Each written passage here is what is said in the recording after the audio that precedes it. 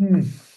Good morning, good afternoon, good evening, whatever time it is, wherever you are tuning in. Thank you so much for joining me today for my next installment of Timothy Snyder's book study slash process group summary. So let me say a little bit about myself, about the group, and then I'll offer the summary. So my name is Chris. I am a longtime practitioner of Buddhist meditation, mostly Buddhist meditation, Theravada, also Mahayana, the Zen tradition, and the Tibetan tradition. So I've studied for 40 years. I've been practicing and studying meditation mostly from the Buddhist traditions. I say mostly because I am now deeply trained in the Western medical model of mindfulness as well, and I'm a certified clinical trauma professional. So I really made this my life's work to help people and yeah, to do good in that way. So that's part of my function in this setting. The idea here is that people, like-minded people, can come together to really process the stress, the potential trauma of the slide towards fascism that we're experiencing now in America. So that's what we do. We come together, we watch Timothy Snyder's summary from his book. We sometimes read from the book as well. And then we discuss, how we're feeling. And so trauma is not only what happens to us, that's a piece of it, but it's what happens to us in the absence of a compassionate other. So this is one reason why community is so helpful around processing trauma and really recovering from our wounds. So, my intention here is to offer that because eventually the move towards fascism will fail, right? Now that may take many, many years, like in the example of Mussolini or Hitler. It took like 14 years, right? Putin is still in power today, from 1994, right? So that's many, many decades of fascist rule. I'm hopeful that America won't fall to that.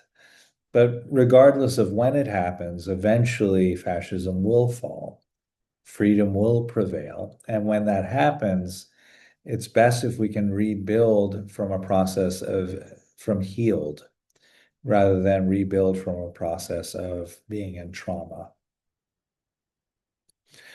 Great example of that is Homeland Security, right? America developed the Department of Homeland Security as a reaction to September 11th, a traumatic reaction, a knee-jerk reaction. And now we see the result of that 30 years later, 20 years later, 24 years later. Now Homeland Security is being used to suppress its own people. Okay. I digress a bit there, but here we are with Timothy Snyder. I'm going to go ahead and play the video of Timothy outlining his chapter. Oops, I wanted to do something there. Hang on a moment. Outlining chapter 8 of On Tyranny, his masterpiece work on tyranny. Chapter 8 is called Stand Out. Enjoy.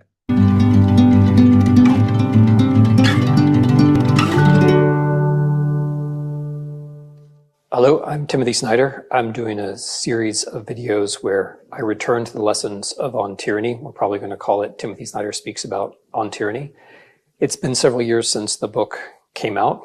It's been almost half a decade since I came up with the lessons. A lot has happened in between. An entire term of Mr. Trump, for example. A lot has happened to us in between. A good thing that's happened to the book is that it's been updated. The text has been updated a bit by me. But more importantly, the book is now going to appear framed by the wonderful illustrations of Nora Krug. The book's going to appear in October of 2021. I'm talking to you in the summer. So I'm using this as an occasion to work through the lessons again. I've been closer to this text now than I have been for a little while. And what I'm going to do is offer a few reflections on it, on each lesson, having read the lesson. So today we're on lesson 8 of On Tyranny, which is Stand Out. Stand out. Someone has to. It is easy to follow along. It can feel strange to do or say something different. But without that unease, there is no freedom. Remember Rosa Parks. The moment you set an example, the spell of the status quo is broken, and others will follow. So along with lesson number 1, Don't Obey in Advance, this one is special to me because it's the one which is most individual. It's closest to the classic idea of freedom, where you're recognizing the world around you and you're doing something else. You're not obeying in lesson 1. Here in lesson 8, you're standing out. Another thing these lessons have in common is the feeling of discomfort. And the feeling of discomfort is good. I'm not saying pain is good or suffering is good, but I'm saying that feeling where you suddenly realize that not everyone is with you and you're not with everyone.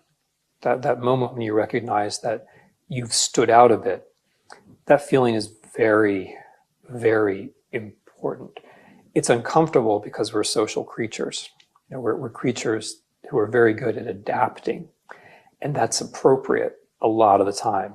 If you're playing bridge or you're going bowling, or if you're walking into a party where you only know a few people, it's important that you adapt to the rules, to the situation, to other people's expectations.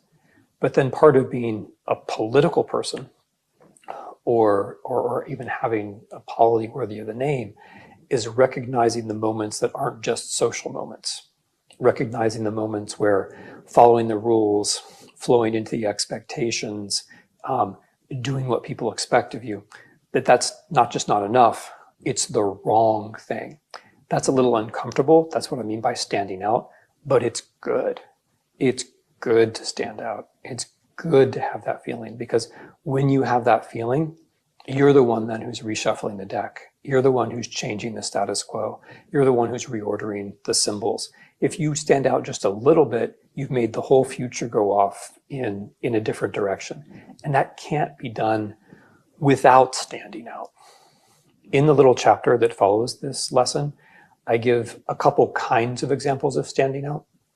At one end, we have a young woman called Teresa Prekarova, who rescued a family from the Warsaw Ghetto during the Holocaust. The interesting thing about Teresa was that she didn't change when everyone around her changed. And that's one way to stand out, to have a set of values and to hold close to them, even when other people are adapting, and even when other people think that it's a little bit strange, a little bit weird, that you're holding on to your values, right? That you have integrity. At the other end of the spectrum, there was another kind of standing out in this chapter, which was Winston Churchill. Winston Churchill in 1940, the decision to keep Great Britain in the war, and the work by an individual of recognizing the world historical moment, frankly, and standing out by doing what his country didn't necessarily want him to do. The interesting thing about that, of course, is that because Churchill chose to keep fighting, because the British with him chose to keep fighting, everything about British history after that point and the way that the English and the British understand themselves is different. If Churchill had been like other politicians and said, let's make a reasonable compromise, everything after that would have been different. But regardless of the scale, you can see these two important parts of standing out. That you're standing out on the basis of things that you believe, and you're also standing on the basis of recognizing a situation as in some way being unacceptable. For Teresa Prekarova, the situation was local. It was the Warsaw Ghetto. For Churchill, it was global. It was Nazi power as such. But in both cases, you have this sense of what is right up against the circumstances. I can't now give a list of all the Americans who have stood out. in the last 5 years. And that's for a very good reason. There have been a lot of them.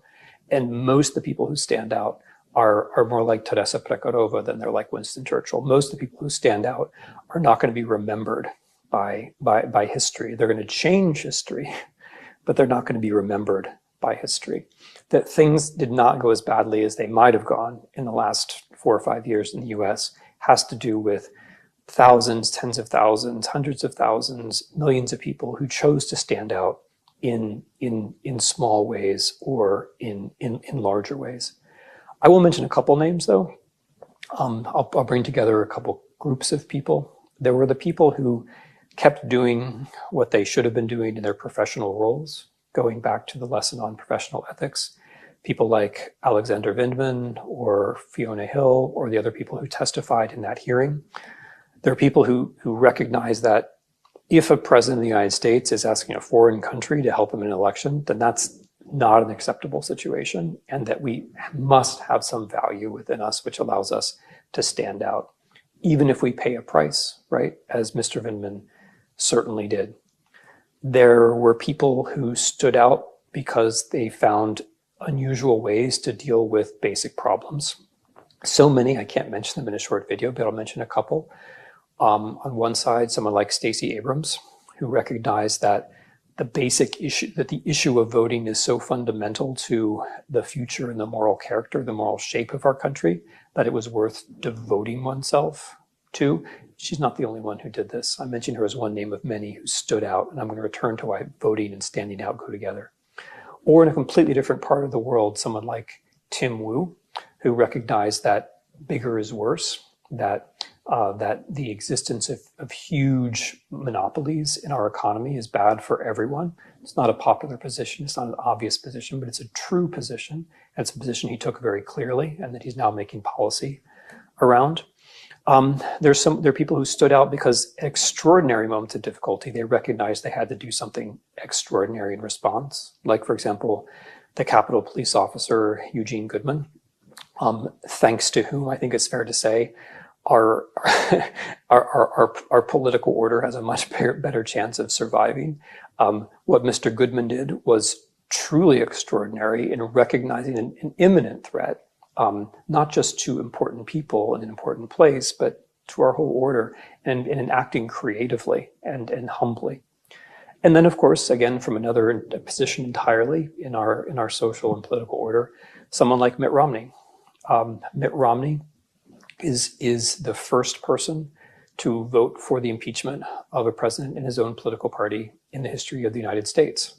One does not have to agree with Senator Romney on all of his positions to note that this is what he will be remembered for. If there is a democracy in the United States in 50 years and if people are still writing its history, he will be remembered for that, because that will be the thing that he did, that moment when he chose to be different, that ended up making a difference. As I said, there are too many people. I can't list them. These are meant to be short videos. But the interesting thing about standing out, as I think has been suggested even by this very, very, very short list, is how when you stand out, it means that you're showing yourself as an individual, right? Standing out in a broad way. It's not just about holding back things that are bad. It's also about asserting unpredictability, individuality, which are essential elements of what we think about as freedom. I said I would return to voting, and I will. Rosa Parks, I mentioned in the original lesson. There's something important here that connects to the issue of voting.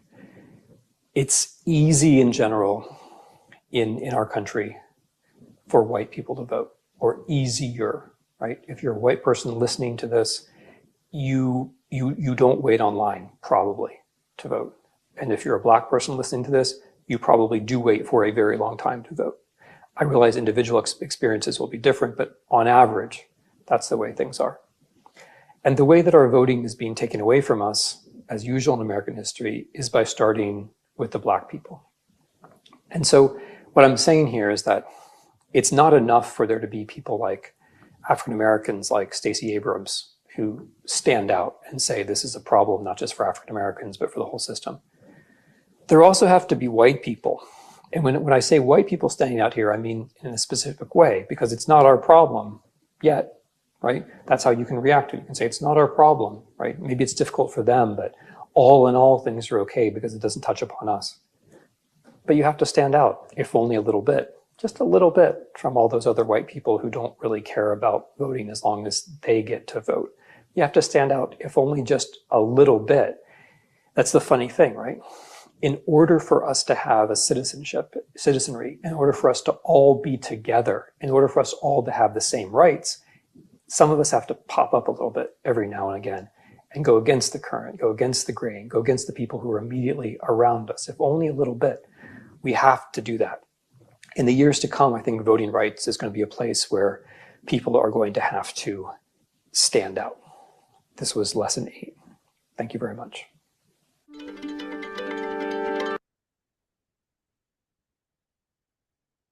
Okay, back. And I'm not sure if that recorded, but I hope it did. I'll go back and check. But anyway, so we watched the video in the book study, and then yeah, we got into a pretty hearty discussion around the ways that we have been standing out, and my ways have been through social media threads, and I also volunteer for 5051 protest group doing trauma work and things like that. So trying to stand out in ways. And I, would encourage you all to do the same. And interesting how Timothy Snyder in the video talks about voting rights. And indeed, if we are to truly have a democracy, a true democracy is one person, one vote. It's not possible with the influence of money in democracy. And now we see this very clearly, right? That people with more money have more votes. And so that would be one way to stop or to put an end to that imbalance, is to stand out against money in government. And that's kind of where we went in the book study. We kind of discussed, different different aspects of what the. Let me back up a little bit. We talked about what will happen after MAGA crumbles, after the move towards fascism does fail, and we discussed, which part of the rebuilding and the reconstruction are we going to stand up for, right? What do we want to include in the new America? And I always like conversations like that. They're very optimistic and nourishing in this moment, I find. So some of the things were, around voting. Of course, we kind of took up where Timothy left off there around voting. We talked a little bit about gerrymandering and, that how we need to make gerrymandering completely illegal and really calling into question the Electoral College as well. One person, one vote. And nowadays in the digital world, that's actually quite possible. And then we talked about education and how we need to create a much more realistic and balanced education system, and in particular, the way we teach our history. And, for me, I draw quite heavily on Jason Stanley's work, the author of How Fascism Works, the fellow who received a PhD from MIT in political rhetoric. The man is brilliant, and I recommend his book, Erasing History, in particular, also How Fascism Works, also How Propaganda Works. They're all three really great, but Erasing History is where I was kind of drawing from here. And he goes into that book, he goes into great detail on the reasons why fascism can arise out of a culture that only teaches the favorable parts of its history, which America certainly falls subject to. Great book, by the way.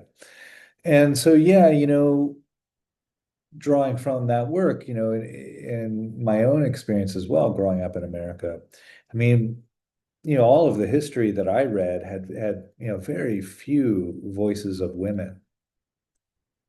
I mean, we may have read a few paragraphs on, the woman who just passed away yesterday, actually, whose mathematical equations got people to the moon.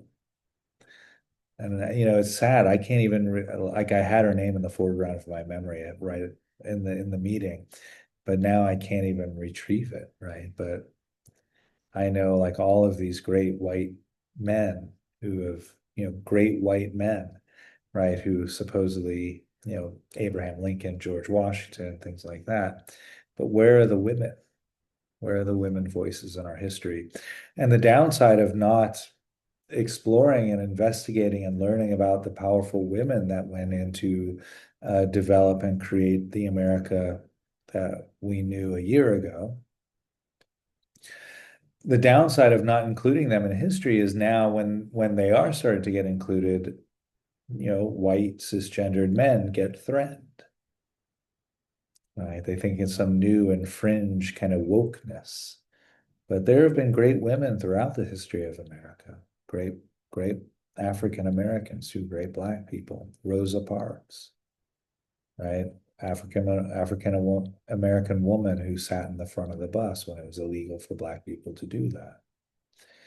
But all of the millions and millions of people, millions, maybe a lot, hundreds of thousands of people, maybe millions, that have stood out, at least in their community, at least in their immediate cultural surroundings.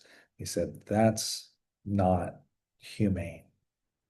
That's not the government that I want to live under. And we tend to forget that American government is a government for the people, by the people, right? Democracy, there are times when democracy is not, as been tossed around a lot, a spectator sport. Democracy is a participatory event. It's more of a verb than a noun, right? It's something that we're all doing. And the kind of democracy that I came to know under America is the kind of democracy that holds women's rights to the same degree that men's rights and holds minority rights to the same degree. It's sickening to me what's happening in America right now with ICE, Border Patrol rounding up minorities and putting them in prison without due process, without proof of breaking any laws. We know the statistics show 75% of the people who have been rounded up and put in prisons don't have a criminal record. Tell me how that's not like 1933 Germany. Okay. So yeah, once again going into a bit of a digression here, but that yeah, I guess I'm kind of processing as I'm speaking as well. So. But that's kind of the ground that we covered more or less in the study. And so let's do a little bit of practice together as a way of kind of grounding after all of that and settling. So let's do some therapeutic humming. And I'll just guide a round of this. We'll do 10 hummings, 10 breaths of hums. And the idea with the humming here is to allow the teeth to just lightly touch so that we feel the vibration of the hum in the jaw and the mouth. And then ideally it kind of radiates throughout the body. Doesn't matter what pitch you hum. So if you want to mute me, you're welcome to do that. Here we go.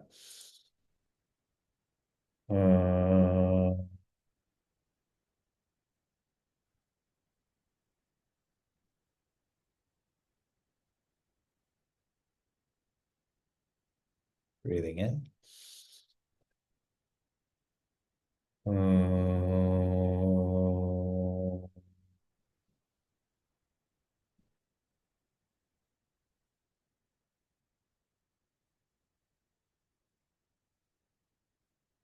Number three, breathing in.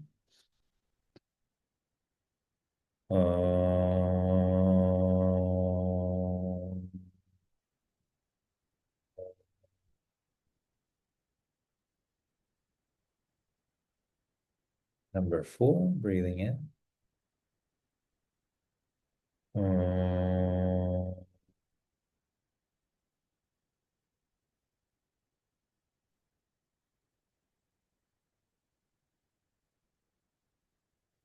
Number 5, breathing in.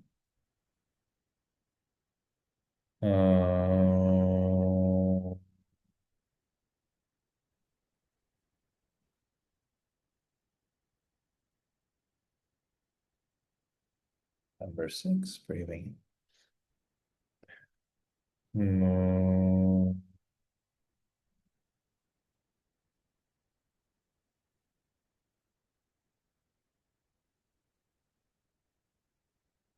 Number 7, breathing in.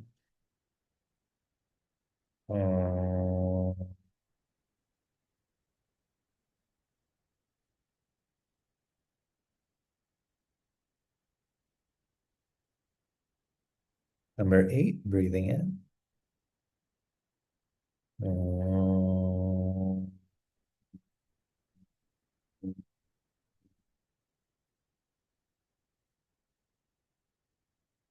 Number 9, breathing in.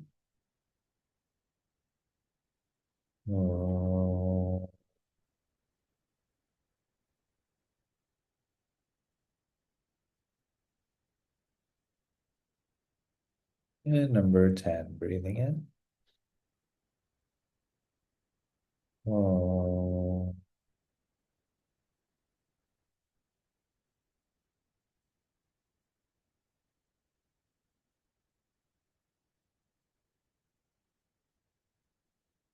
yeah. I hope that's helpful. And yeah, hope to see you all at the next live meeting. It's becoming a very rich environment for us to process how we're feeling and also to discuss some ways of moving forward. And yeah, stay safe, stay well, everyone. And please, please do something. You can go to the protests on the 18th of October next weekend. You can do things to support people who are protesting just by offering them a hot meal, or maybe if you have the resources to donate to protest groups or to volunteer behind the scenes, call your senators, do something. Thank you.